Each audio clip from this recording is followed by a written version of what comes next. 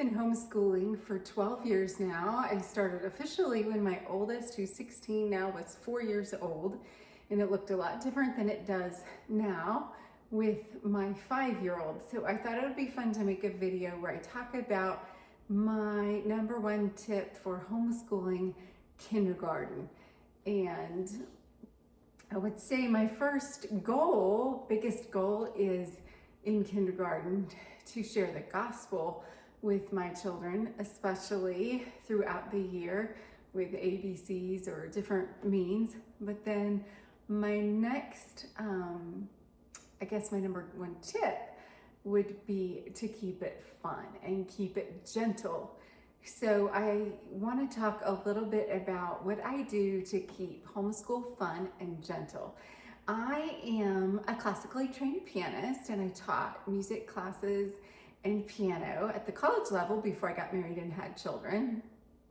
And that, was kind of a shift for me to go from college to teaching my young kids. But I knew I wanted to homeschool if it was right for our whole family at the time. So I play the piano and I teach my kids school, and I teach them to play the piano and the violin.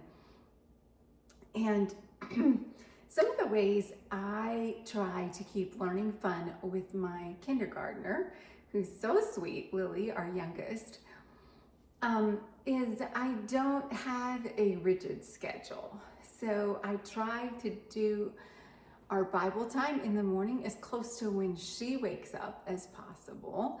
And then after that, it's breakfast. Sometimes it's breakfast with Bible time. And then on Mondays, I practice piano with her. On Tuesdays, I practice violin. Wednesday and Thursday, I try to do different subjects with her. And we have books that we're working through, like reading books in math and science and history. But we don't have a rigid schedule with those. And I say this gently. I let her take the lead with that. So by saying take the lead, I mean, she might say to me, Mom, can I watch Leapfrog to learn my letters? And so I'll say, yeah, you can watch Leapfrog for 10 minutes after I hear your violin, and we do one of your school books. So yesterday, she pulled out the school book. So I let her pick which school book. I often let her pick which school book she wants to learn, because I want my children, all of my children, no matter what age they are, to have as much ownership over their school as possible. So I help them pick out the school books, but then I kind of let them pick the order that they do some of that in. So they have ownership, and they are hopefully learning to be self-starters and self-motivated with their school. So she picked out a book that I love from Master Books that's called More Than Words, and it was actually Gracie's book from a few years ago. She wanted to do that book. The book has already been done, but instead of telling her, no, that's not your book, you can't do that, I adapt. And I said, well, let's find a page you can do in this. So she found a page to color in that book while I read to her from the reading part of her math book. So while she was coloring, I was reading in her math book, and then when I got to a part where she needed to do something, then she did that part in the math book. And we went back and forth like that. She was coloring, I was reading, then she'd work on the math, and we also did her reading at the same time.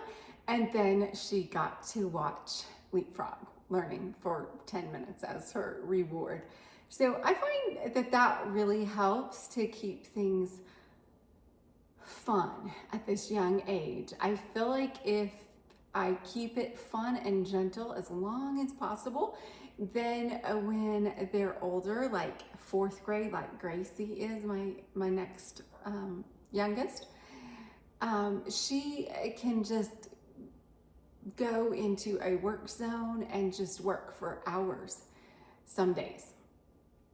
And I do so well, and I'm so impressed with what she can do in the 4th grade. And I think that's because I'm working with how her brain is developing and not putting a heavy burden of too much book work every single day when she's too young. So we do have expectations. I want my children to learn to love God and love each other, learn to do chores, learn to do their music and serve, write neatly, write very well, do excellent work, do well on their math and their, especially in the older grades, focus on doing the science and the history and the literature, all the requirements. We try to meet the requirements, but also just keep it fun by having time for what interests them.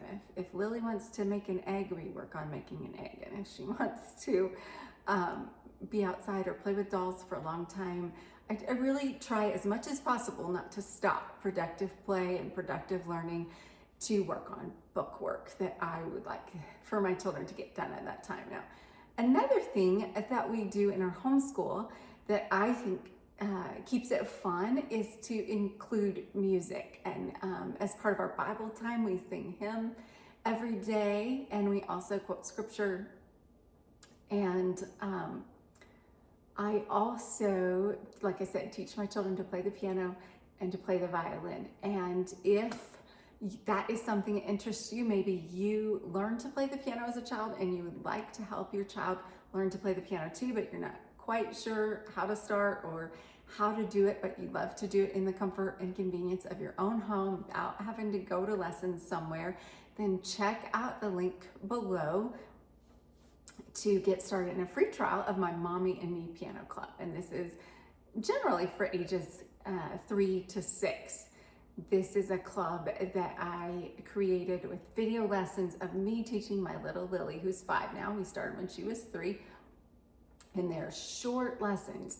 So what I've learned from teaching for more than 30 years in my own 6 children is that when they're young, less is more. So keep it short, just 5 to 10 minutes, once or twice a week, and you can teach them that learning to play the piano is fun.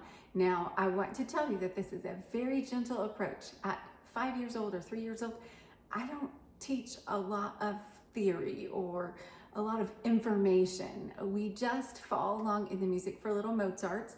And the point of the video lessons is for you to see how I do it with Lily. And we just follow the steps that they say, clap this rhythm. And I don't even teach them what the rhythm means at first. We'll just clap the longer notes and count to 2 or 4, and then the short notes we just count 1, 1, 1, 1, and eventually they absorb it. But by starting at a really young age, it makes it easy for them to learn, and it's so much fun.